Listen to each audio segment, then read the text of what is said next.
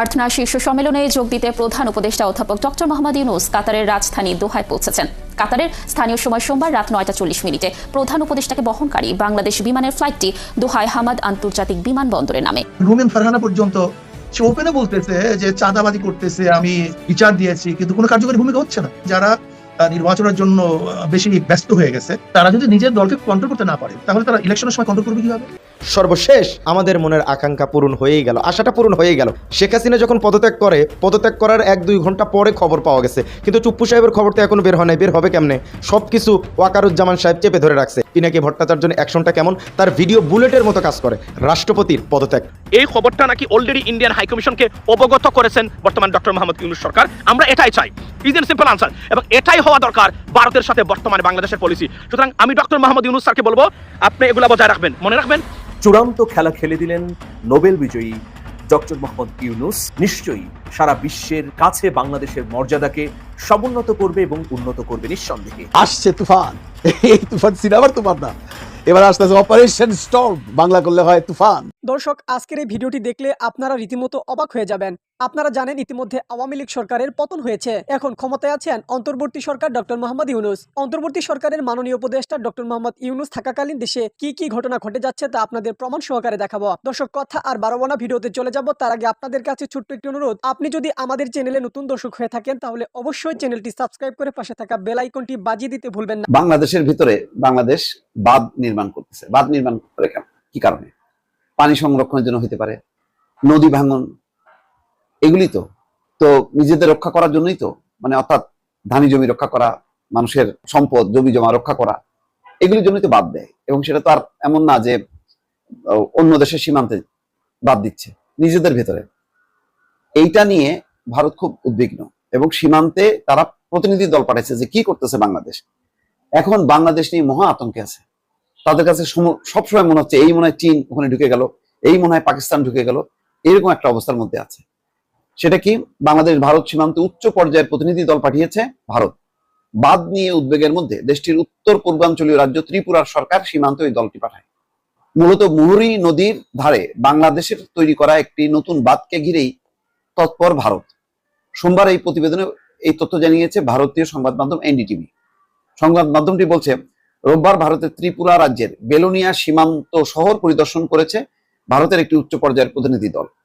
মুহুরী নদীর ধারে বাংলাদেশের তৈরি করা একটি নতুন বাঁধ ভারতীয় অঞ্চলে কি ধরনের প্রভাব ফেলতে পারে তা সরেজমিনে দেখতে এবং মূল্যায়ন করতে তারা সেখানে পরিদর্শনে গিয়েছিলেন বলে দাবি করে। মানে এই বাঁধ নির্মাণ হলে যদি উল্টা তাদের, বাংলাদেশ হচ্ছে ভাটিয়া, তারা হচ্ছে উজানের দেশ, তাদের সীমান্ত অঞ্চলে তারা কি কি করতেছে এটা নিয়ে বাংলাদেশের বিন্দু মাত্র কোনো ভ্রুক্ষেপ নেই, বরং আর এটা তারা কেয়ারও করে না। আর এখানে দেখেন যে বাংলাদেশের ভেতরে একটা বাঁধ নির্মাণ হচ্ছে, এরকম অসংখ্য বাঁধ আছে। তাদের এক মানে ভয় ঢুকে গেছে, ওরে বাবারে বাঁধ নির্মাণ করে না জানি কি অবস্থা তৈরি করছে। প্রতিনিধি দলের নেতৃত্বে ছিলেন ত্রিপুরা রাজ্যের গণপূর্ত বিভাগের সচিব কিরণ গিট্টে। তিনি বিলোনিয়া শহর এবং আশেপাশের সীমান্ত এলাকাগুলো ঘুরে দেখেন, স্থানীয় বাসিন্দা এবং জনপ্রতিনিধিদের সঙ্গে বৈঠক করেন। বেলোনিয়া পৌরসভার চেয়ারম্যানও ওই বৈঠকে উপস্থিত ছিলেন। পরিদর্শনের পর কিরণ গাট্টে জানান, দক্ষিণ ত্রিপুরা সদর বেলোনিয়া এবং আশেপাশের গ্রামগুলোকে সুরক্ষা দিতে ভারত সরকার নিজেও বাঁধ নির্মাণ এবং অন্যান্য প্রতিরক্ষামূলক ব্যবস্থা গ্রহণ করেছে। তিনি বলেন, চলতি বছরের জুন মাসের মধ্যেই মেরামত এবং নির্মাণের সব কাজ শেষ হবে। কাজ চলবে 24 ঘন্টা। কর, তোদের ভেতরে তোরা যা খুশি কর, বাংলাদেশের ভেতরে বাঁধ নিয়ে তোমাদের এত মাথা ব্যথা কেন?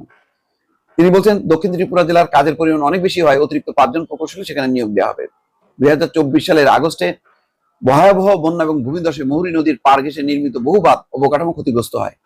সরকার ইতিমধ্যে রাজ্যের বিভিন্ন জেলায় 43টি ক্ষতিগ্রস্ত স্থান চিহ্নিত করেছে, যার মধ্যে ত্রিপুরাও একটি। এই প্রকল্পের সঙ্গে জড়িত কাজ খুব শীঘ্রই শুরু হবে বলে জানান গিট্টে। পরিদর্শনের সময় ভারতীয় সীমান্তরক্ষী বাহিনীর ঊর্ধ্বতন কর্মকর্তারা উপস্থিত ছিলেন। এনডিটিভি বলছে যে দক্ষিণ ত্রিপুরার বেলোনিয়া শহরের বিপরীতে বাংলাদেশের নির্মিত নতুন বৃহৎ বাঁধটি নিয়ে ভারতীয় সীমান্তবাসীর মধ্যে উদ্বেগ বাড়ছে। তাদের সংখ্যা, বর্ষা মৌসুমে নদীর পানি বাড়লে এই বাঁধ ভারতের আভ্যন্তরীণ গ্রামগুলোতে জলবদ্ধতা এবং বন্যা সৃষ্টি করতে পারে।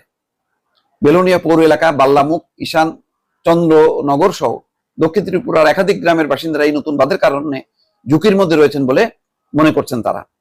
এর আগে উত্তর ত্রিপুরার উনাকোটি জেলার সীমান্তবর্তী এলাকায় একইভাবে বাংলাদেশের পক্ষ থেকে বাঁধ নির্মাণ করা হয়েছিল। সেই বাঁধের কারণে বর্ষার সময় কৈলা শহর এবং আশেপাশের গ্রামগুলোতে প্লাবনের আশঙ্কা বাড়ছে বলেও দাবি করা হয়েছে। মানে বাংলাদেশ কিছুই করতে পারবে না, সব খুলে রাখবে।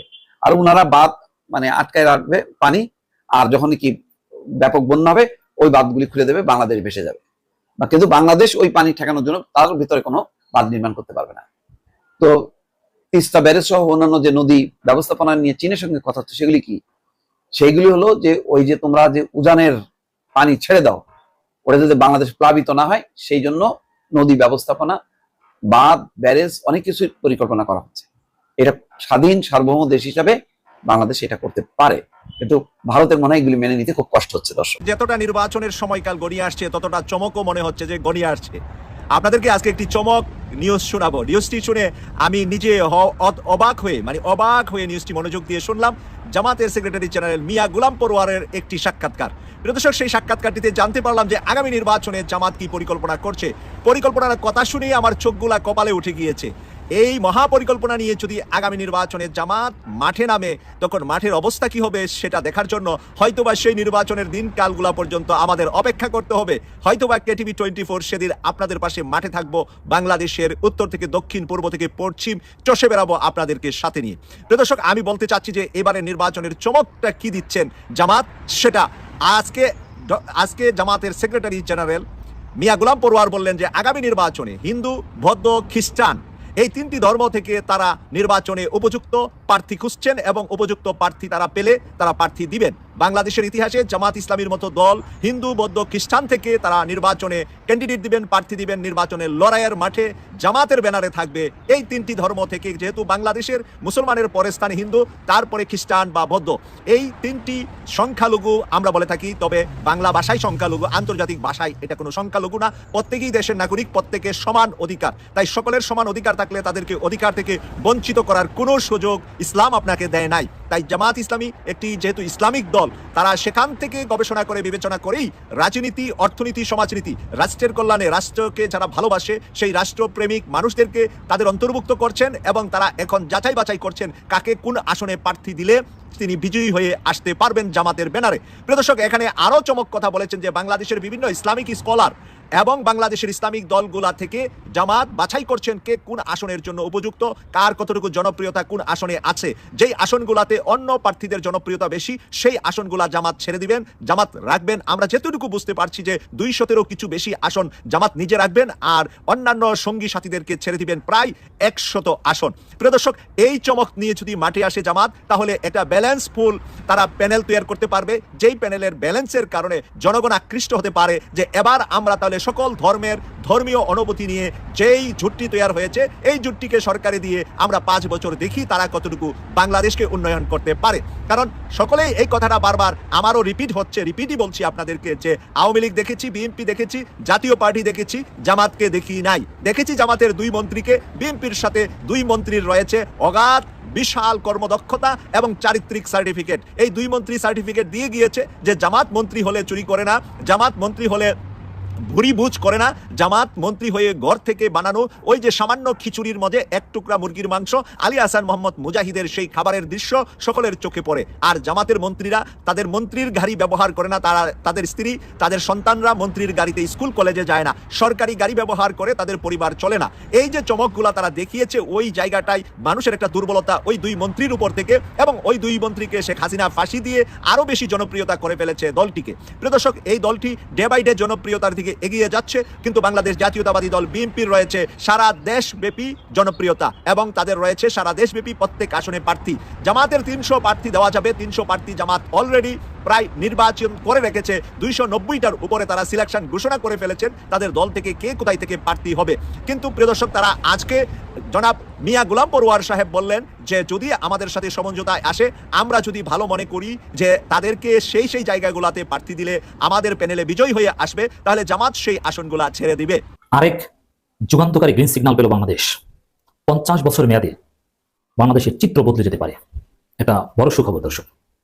দর্শক খবর, তিস্তা প্রকল্প নিয়ে ইতিবাচক চীন।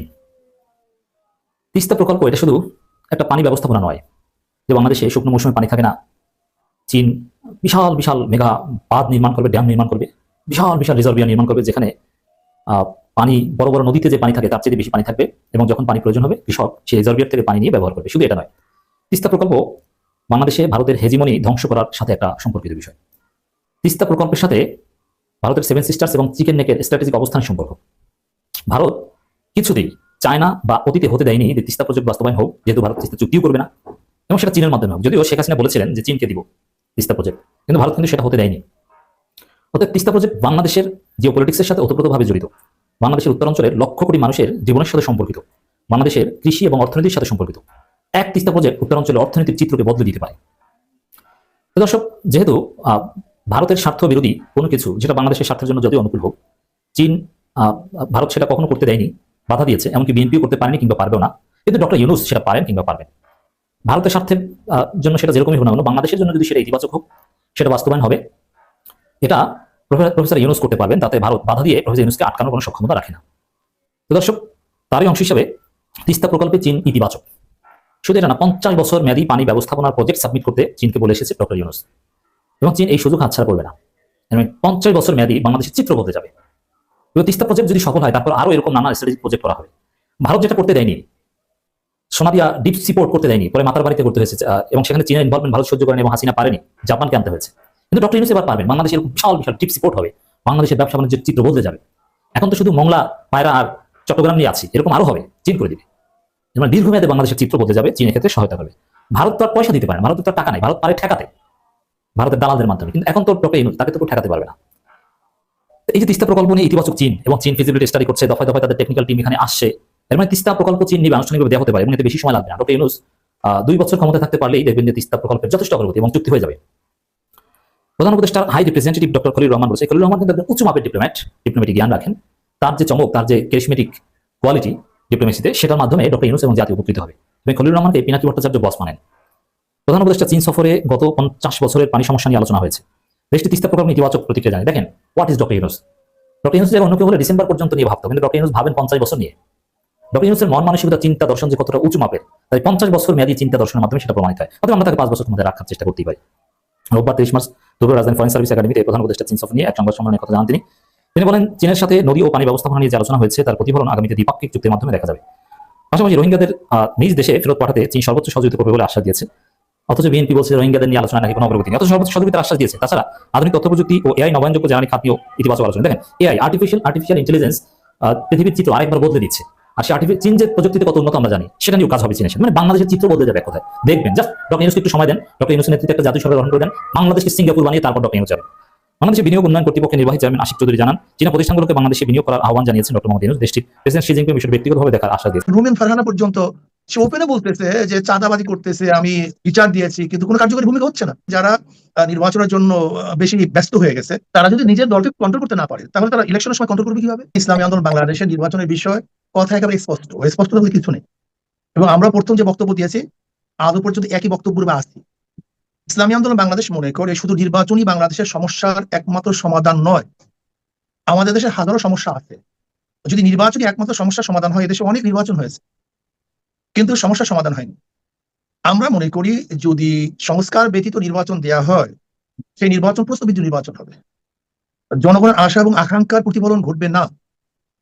শুধু এতটুকু উদাহরণ দিই, যারা ভোট কাউন্ট করবে, যারা মাঠ পর্যায়ে থাকবে, সেই প্রশাসন কি এখন পর্যন্ত আপনার দৃষ্টিতে তারা কি সংস্কৃত হয়েছে? তাদের কি অ্যাক্টিভিটিস বেড়েছে?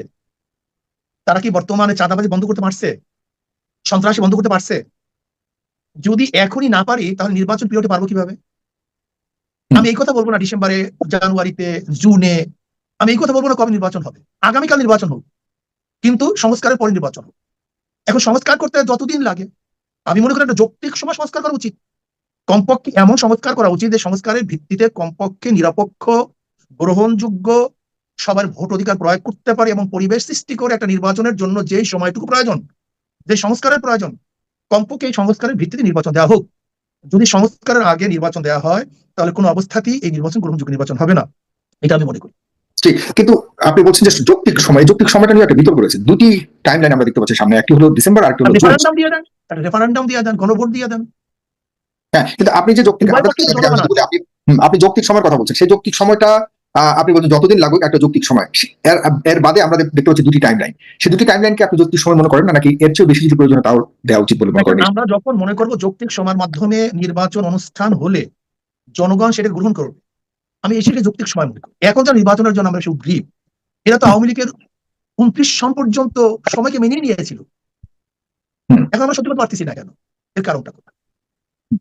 আচ্ছা, আপনি বলেন, বর্তমান অন্তর্বর্তীকালীন সরকার যে সময়টুকুতে আসছে, যুদ্ধ বিধ্বস্ত এক দেশ, হাজার ঋণগ্রস্ত এক দেশ, যেখানে আওয়ামী লীগের সাধারণ এক প্রশাসন, আপনি যদি হুট করে মনেই করেন যে 2-1 দিনের মধ্যেই বা 8 মাস বা 6 মাসের মধ্যে নির্বাচন দিলেই সমস্ত সমস্যার সমাধান হয়ে যাবে, এটা আমি দেখছি অনেক জ্ঞানীরাই মনে করে না।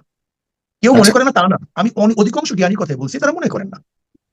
এবং দেখবেন যাদের দল নিয়ন্ত্রণের ক্ষমতা রাখে না, এমনকি দেখেন রুমিন ফারহানা পর্যন্ত সে ওপেনে বলতেছে যে চাঁদাবাজি করতেছে, আমি বিচার দিয়েছি, কিন্তু কোনো কার্যকরী ভূমিকা হচ্ছে না। এটা আমার বক্তব্য না।